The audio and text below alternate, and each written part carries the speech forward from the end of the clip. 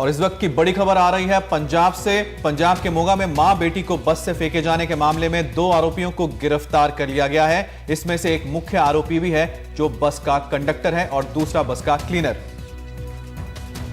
Police ने इन आरोपियों पर 302 के तहत हत्या का केस दर्ज किया है। ये घटना 15 से 16 घंटे पहले की है और सवाल उठ रहे थे कि अभी तक कोई कार्रवाई क्यों नहीं हुई। ये भी मालूम पड़ा है कि ये बस जो आप देख रहे हैं जिसमें ये घटना हुई है, जिसमें से मां बेटी को फेंका गया और लड़की की मौत हो गई है, ये बस ऑर्बिट कंपनी की है और ऑर्बिट कंपनी का मालिकाना हक बादल परिवार के पास है। बादल परिवार जो कि सत्ता में है, वहां पर शिरोमणि अकाली दल बादल की वहां पर सरकार है।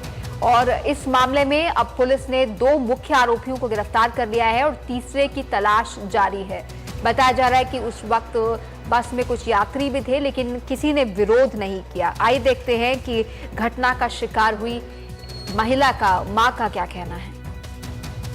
मेरे छेड़खानी की थी उन्होंने, हमारे साथ छेड़खानी हुई, हम कुछ कह नहीं पाए। बस में भी किसी ने इनको नहीं रोका। इसके बाद हमको बस से धक्का दे दिया गया। धक्का देने वालों में कंडक्टर भी था। किसी ने रोका नहीं? किसी ने नहीं रोकिया ਵੀਰੇ। फिर किवें ਤੁਸੀਂ ਬਾਹਰ ਆਏ? ਅਸੀਂ ਵੀਰੇ ਬਾਹਰ ਆਏ, ਸਾਨੂੰ ਧੱਕਾ ਦਿੱਤਾ ਗਿਆ। ਕਿਹਨੇ ਧੱਕਾ ਦਿੱਤਾ? ਧੱਕਾ ਜਿਹੜੇ ਕਨੈਕਟਰ ਸੀ।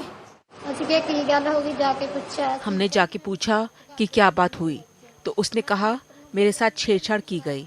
जब कंडक्टर को शिकायत की तो उसने भी छेड़छाड़ की और उसके बाद बस से धक्का दे दिया। अच्छा, उसके बाद उसके बाद इन्होंने धक्का दिया गया। बस में से धक्का दिया? हाँ। बहुत ही दुखद और विभत्स घटना है ये मोगा की, जिसमें 14 साल की बच्ची अपनी इज्जत बचाने के लिए चलती बस से कूद गई और मर गई और उसकी मां भी कूद गई साथ में, और जो कि बहुत ही सीरियस कंडीशन में है। और हैरानी की बात है कि उस पब्लिक ट्रांसपोर्ट में लोग बैठे हुए थे जिन्होंने कोई मदद नहीं की और बस कंडक्टर जो है उनके ऊपर सब पे मर्डर का मुकदमा चलाया जाना चाहिए। ये बहुत ही एक दुर्घटना, बहुत ही शर्म की बात है कि आज हमारे देश में स्थिति यहाँ पहुंच गई है कि औरतें अपने आप को बचाने के लिए आत्महत्या कर रही हैं। एक तरफ किसान कर रहे हैं, दूसरी तरफ औरतें अपने आप को बचाने के लिए आत्महत्या कर। तो हमारी सरकारों को और हमारी जुडिशरी जो है उनको सबको देखना चाहिए कि जो अपराध हो जाते हैं उनको उसके बाद में सजा इतनी जल्दी होनी चाहिए।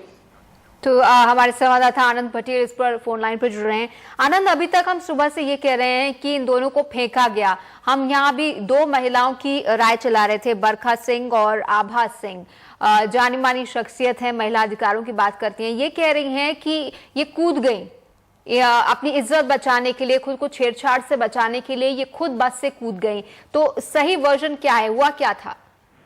देखिए, जो महिला का जो स्टेटमेंट है उसके मुताबिक वो साफ तौर से कह रही है कि उसे फेंका गया, उन्हें धक्का दिया गया बस से, जिसके चलते जो लड़की थी उसको इतनी ज्यादा गंभीर चोटें आई जिसकी वजह से उसकी मौत भी हो गई। तो महिला जो अपने बयान जो उसने दिया है उसमें वो कह रही है कि उसे धक्का दिया गया, मारपीट की गई। जब जो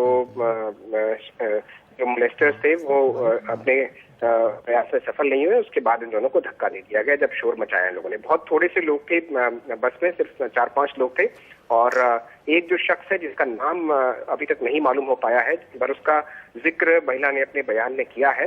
वो उसने शुरुआत की, ऐसा बताया जा रहा है, छेड़छाड़ की।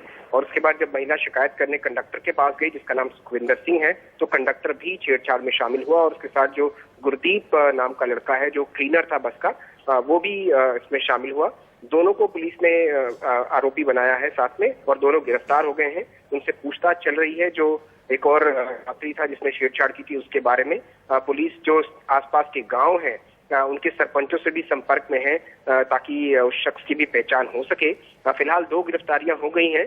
राहत की सांस ली है पुलिस ने, क्योंकि काफी बदनामी हो रही थी मोगा पुलिस की, जिस तरीके से 15-16 घंटे गुजर गए थे और गिरफ्तारी नहीं हो पा रही थी। लेकिन आखिरकार पुलिस ने 2 मुख्य आरोपियों को गिरफ्तार कर लिया है। हालांकि इसमें ड्राइवर का भी रोल बताया जा रहा है, लेकिन जो स्टेटमेंट लिखाया है महिला ने पुलिस को, उसमें सिर्फ इन 3 लोगों का ही जिक्र है, जिसमें से 2 लोग की गिरफ्तारी हो गई है।